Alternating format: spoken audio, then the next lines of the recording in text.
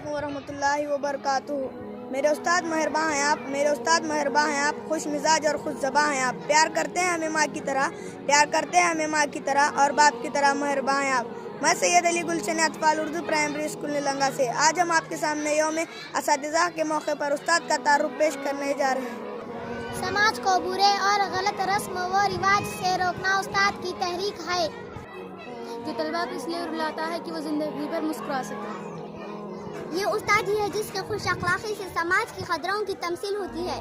استاد ایک ایسا شخص ہے جو بچوں کے روشن مستقبل کے لیے ہمیشہ فکر مند رہتا ہے، جو طلباء کو خوبصورت خواب دکھا کر انہیں سچ دکھانے کا حوصلہ دیتا ہے۔